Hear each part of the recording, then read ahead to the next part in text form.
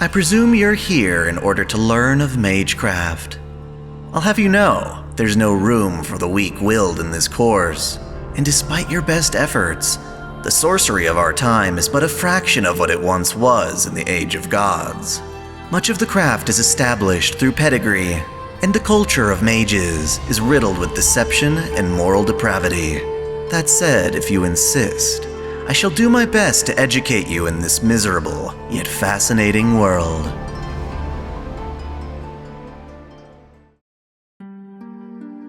In our previous lesson, we covered bestial magecraft and its adjacent practices.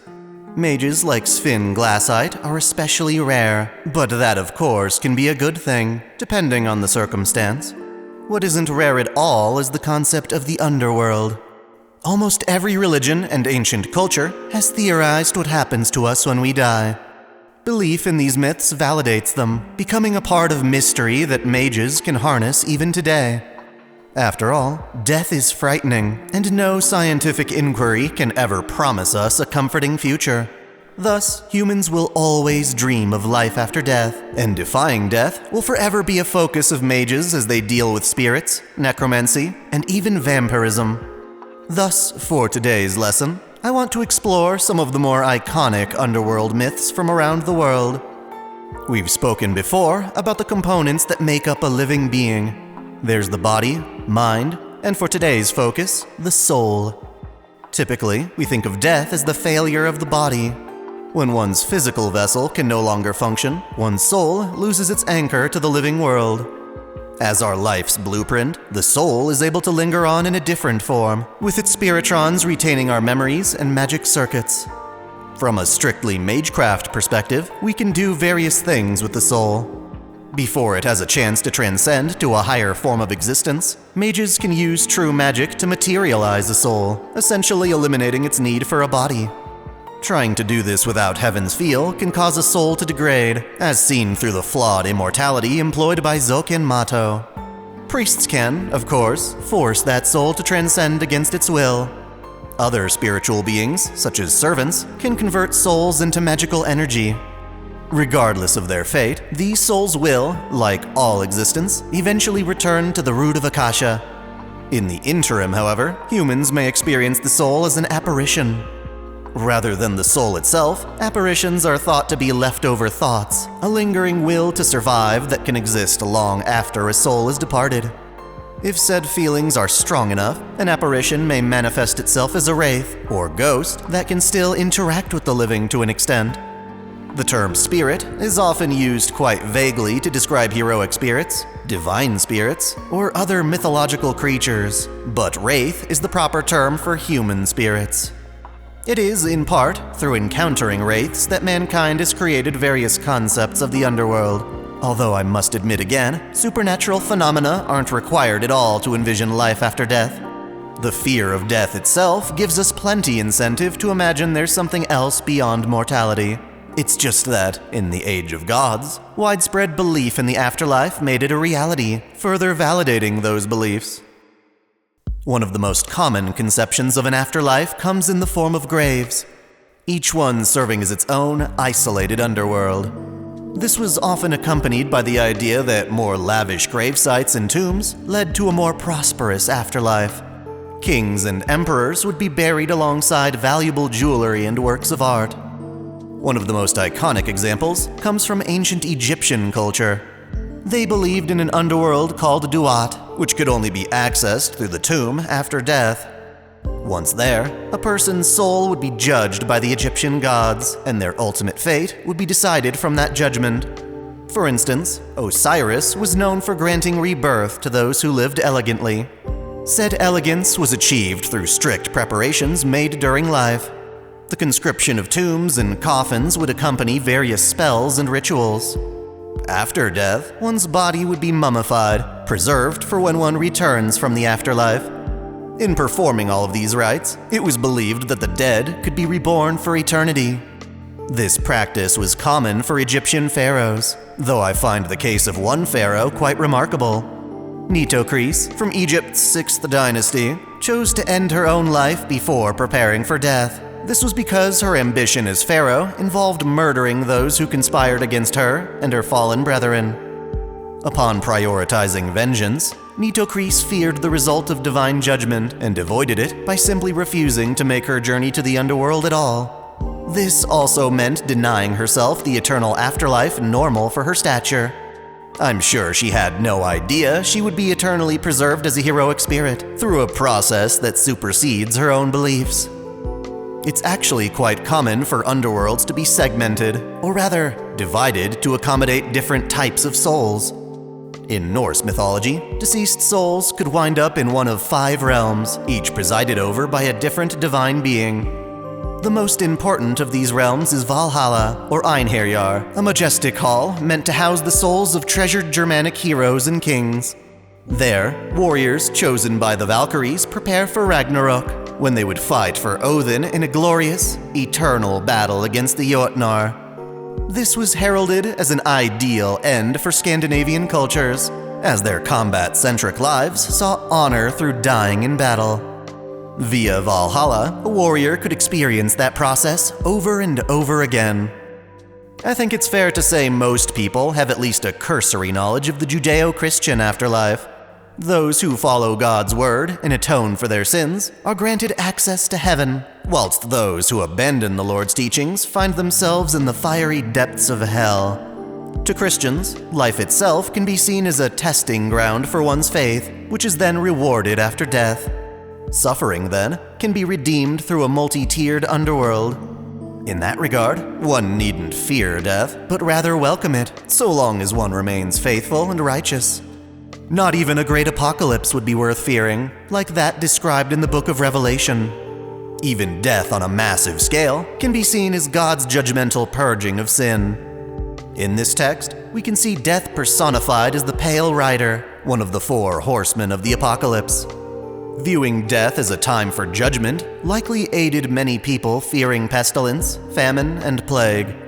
It allowed them to believe their suffering held a greater purpose. In the true and false Holy Grail Wars of Snowfield, Nevada, a servant by the name of Pale Rider appears as an embodiment of the Black Death, or Spanish influenza. Its noble phantasm, Doomsday Come, delivers death and stores souls in a powerful bounded field that serves as its own underworld. A concept of hell exists in Buddhism, though its proper name is Naraka. In Buddhist cosmology, Naraka is one of 6 realms that souls traverse in their cycle of reincarnation. One's actions across various lives accumulate as the concept of karma. Gathering karma from good deeds and enlightenment lead Buddhists towards nirvana, a state of perfect peace that transcends death and rebirth. Souls reach Naraka, the lowest realm, from negative karma. Similar to the Christian hell, Naraka serves as both a warning and punishment to people who disregard virtue. Different sins would be punished through one of 8 corresponding hot Narakas, or 8 cold Narakas. Each one delivers a unique type of suffering. While these hells certainly sound hellish, their saving grace is that, eventually, souls can finish their sentence and resume reincarnation through the other realms. In that regard, Naraka is closer to the concept of purgatory. Japanese Buddhism carries with it some unique folklore that incorporates demonic oni. For instance, it describes that Buddhist hell is ruled over by King Enma and his wife Datsueba. They are both of a special kind of oni called Gokusotsu, serving as hell's prison wardens. Datsueba would strip the dead of their clothing as payment for a ferryman to take them across the Sanzu River. Her daughter, beni-enma, ran an inn called the Enma Te. While tending to her guests, beni-enma would also weigh their sins. Buddhist onmyojin, such as Ashiya Doman, incorporate the Narakas into their magecraft. By summoning heroic spirit swordmasters themed off the various hells, he hoped to transform the world into hell. Japan's sibling religion, Shintoism, has its own concept of hell. Ne-no Kuni, or the Land of Origin, is a place where the dead gather to undergo horrifying trials. It is ruled by the Kami Suzano-o, child of Izanami no Mikoto. In Izanami's legend, she died and was taken to Yomi, the land of the dead. after eating food from this underworld, she became bound to it, forever corrupted by its foul creatures. Both Nenokuni and Yomi are nearly identical, appearing in different stories with the same basic characteristics. Regardless, it is seen as common in Shinto shrines to purify oneself with water, as Izanagi once did after witnessing his decaying wife. The underworld from Hindu mythology shares many elements with the Buddhist concept of hell, including the name Naraka. Just like its Buddhist counterpart, the Hindu underworld is split into individual hells, each designed to punish a particular sin. It is not a place of eternal damnation, but rather a facility through which people can atone for their sins before moving on to their next life. This allows believers to experience both sin and suffering in order to better appreciate happiness and prosperity. Also worth noting, Naraka is seen as merely part of a larger Hindu underworld, Patala, which is a subterranean domain that doesn't necessarily deal with the dead. The Greek underworld is a realm of the dead looked after by the god Hades, and often named after him. In popular texts, such as Homer's Iliad and Odyssey, Hades can be reached by crossing the river Styx. Like the Buddhist hell of Japan, a ferryman rows the deceased to their resting place. At times, Hades is synonymous with Tartarus, while other accounts describe Tartarus as a separate realm that lies beyond Hades proper. Typically, Hades is where the dead are judged, with only wicked souls being sent to Tartarus for divine punishment. Its prisoners include the Titans that Zeus defeated. While much of Hades is dark and ominous, it does contain the Elysium, a set of fields where the most virtuous souls arrive. One could easily liken Elysium to the British concept of Avalon, a promised utopia where the king goes after death. Hades, then, isn't particularly evil, even though his underworld guardian Cerberus is rather intimidating. It's worth noting that Tartarus plays a unique role in Chaldea's exploration of the Olympian Lost Belt. With its Zeus serving as a more tyrannical figure, Hades' underworld becomes a place hidden from Zeus' surveillance. Going even further back in history, we have the Mesopotamian underworld of Kur.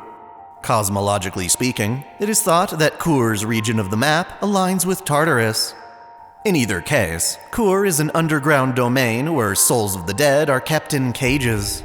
It's certainly a dreary place. Ereshkigal, goddess of the underworld, laments being isolated underground while her sibling goddess, Ishtar, soars the sky above. Kur has a special authority that supersedes the other Sumerian gods. Essentially, as divine beings descend the underworld, they pass through 7 gates that weaken them, making escape impossible so long as Ereshkigal remains dedicated to her task. Oddly enough, one can wind up in Kur without actually dying. Ereshkigal's Galu spirits are known for dragging the living down to her domain.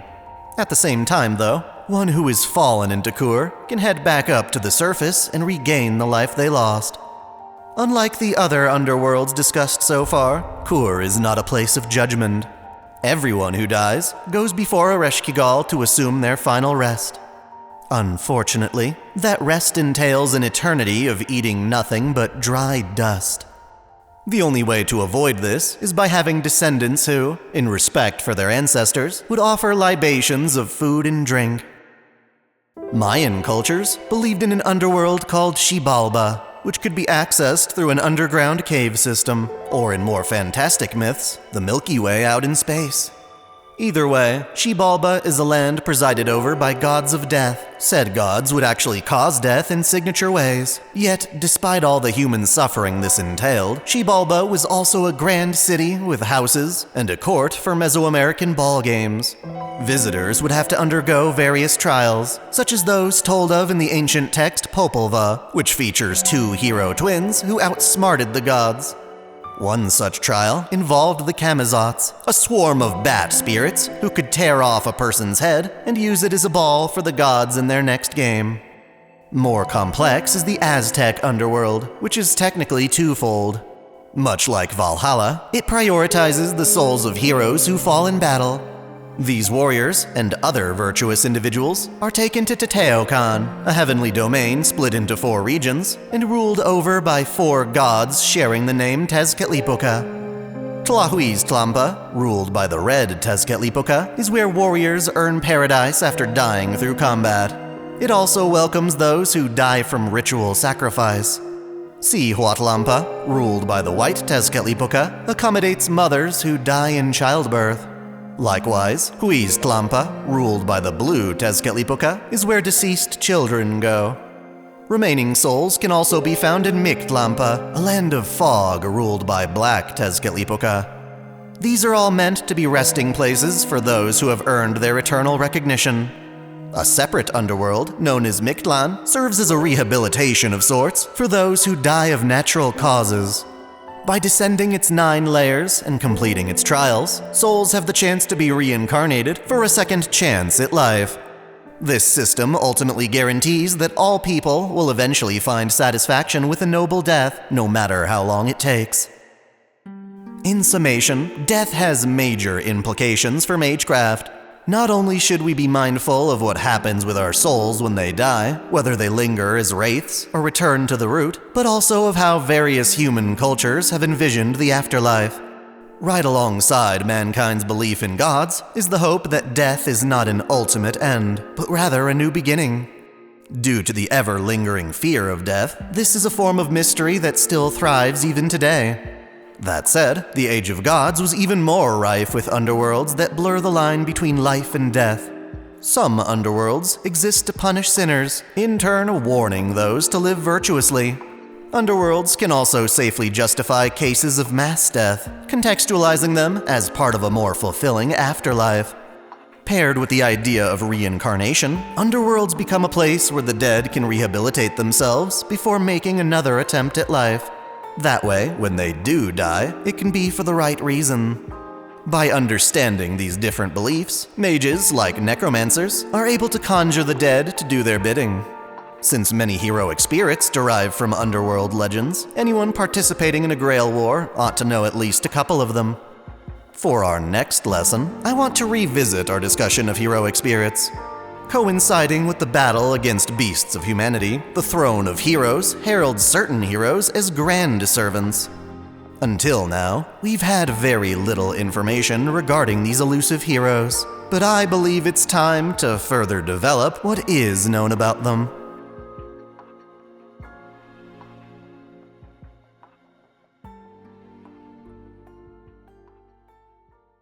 Thanks for watching. This channel relies on support from viewers like you. Please help us out by dropping a like and comment. Subscribe for more videos, and be sure to enable notifications. Or hit up our Discord so you never miss out on a new upload. Most importantly, if you can spare it, please sign up as a channel member, either through YouTube, Patreon, or Subscribestar. You can find links in the description. We've got perks like exclusive content or early access. Until next time, Celebrate your fandom. I want to give a special shout out to all my $10 and up supporters: VideoGamer75, Dante Pendragon, Steven Elak, Otaku Mom, Mystic Samurai 1983, Freebrick, Alexis Yukio Gomez Yamato, Lunarworks, Link Pendrago, Olympian Doll, Observer Bellis, James Hewitt, Uncanny EXP, Crow Calum, Saul Soto, Tristan Riggin, Major, Winter's Edge, Sneer Cachette, Dionysus, Caitlin P, Sogai CH, Sith Lord 906, Vladimirovna, The Taz 96, Kengo X77, and Alistair Bernadotte. Thank you all so much.